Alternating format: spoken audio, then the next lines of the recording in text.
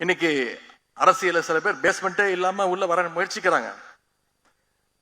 Exhibition போவோம், பார்த்திருப்பீங்க, கண்காட்சி வருஷத்துக்கு ஒரு முறை நடக்கும். அங்க போய் பார்த்தீங்கன்னா திடீர்னு ஒரு தாஜ்மஹால் மாதிரியே ஒரு செட்டு போட்டிருப்பாங்க, ஐஃபில் டவர் மாதிரி ஒரு செட்டு போட்டிருப்பாங்க. உடனே பெரிய கூட்டம் கூடும். நம்ம ஊருக்கு தாஜ்மஹால் வந்துருச்சுப்பா, நம்ம போய் ஒரு செல்ஃபி எடுத்துப்போம்பா அப்படின்னு இளைஞர்கள் போய் நிச்சயம் போட்டோ எடுக்கத்தான் செய்வாங்க.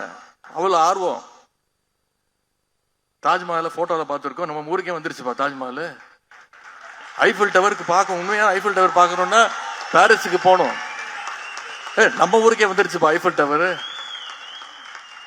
இது தெரியாம பெரிய கூட்டம் கூடத்தான் செய்யும். அதெல்லாம் வெறும் அட்டை.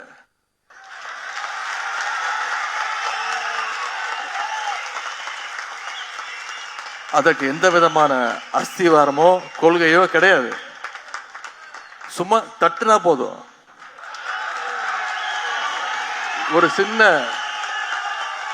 ஒரு சின்ன காத்தடிச்சா போதும்.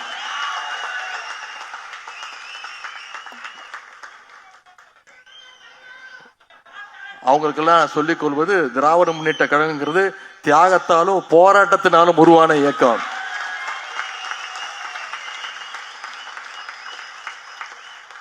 எமர்ஜென்சியை பார்த்த கழகம் திராவிட முன்னேற்ற கழகம். எமர்ஜென்சியை பார்த்த தலைவர் எங்களுடைய கழக தலைவர் அவர்கள், முதலமைச்சர் அவர்கள். எமர்ஜென்சி காலத்துல இன்னொரு விஷயம் நடந்தது, இங்க குறிப்பிட விரும்புகின்ற, பதிய வைக்க விரும்புகின்ற இளைஞரணி தம்பிமார்களை தெரிஞ்சுக்கணும். எமர்ஜென்சி காலத்துல ஒன்றிய அரசு என்ன பண்ணுச்சு, மாநில கட்சிகள் எல்லாம் தடை செய்யணும், பேன் பண்ணணும் அப்படின்னு முடிவெடுத்தாங்க. உடனே அண்ணா திராவிட முன்னேற்ற கழகம் என்ன தெரியுமா பண்ணாங்க, கட்சி பேரை மாத்திட்டாங்க. ஏதோ உத்தரப்பிரதேசத்திலையும் ராஜஸ்தான்லயும் உங்களுக்கு கிளை இருக்கிற மாதிரி அண்ணா திராவிட அனைத்து இந்திய அண்ணா திராவிட முன்னேற்ற கழகம்னு கட்சி பேரை மாத்திட்டாங்க. இதுதான் திமுகவுக்கும் அதிமுகவுக்கும் இருக்கக்கூடிய வித்தியாசம். ஆனா நம்முடைய தலைவர், அப்போது தலைவர் கலைஞர் என்ன தெரியுமா பண்ணாரு, என்ன தெரியுமா சொன்னாரு, வாழ்ந்தாலும் நான் கழகத்தோடு தான் வாழ்வேன், வீழ்ந்தாலும் நான் கழகத்தோடு தான் வீழ்வேன்னு சொல்லி எங்களுடைய இயக்கத்துடைய பெயர் என்றைக்கும் திராவிட முன்னேற்ற கழகம் தான், என்ன வந்தாலும் பார்த்துக்கலாம் நின்னவர் கலைஞர் அவர்கள். அதை மாத்துறதுக்கே இடம் இல்லைன்னு சொன்னார்.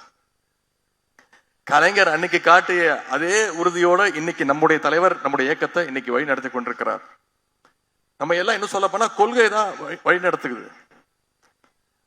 நம்மள கொள்கை வழி நடத்துது. ஆனா எதிர்க்கட்சி தலைவர் திரு எடப்பாடி பழனிசாமி அவர்களை பயம் வழி நடத்துது.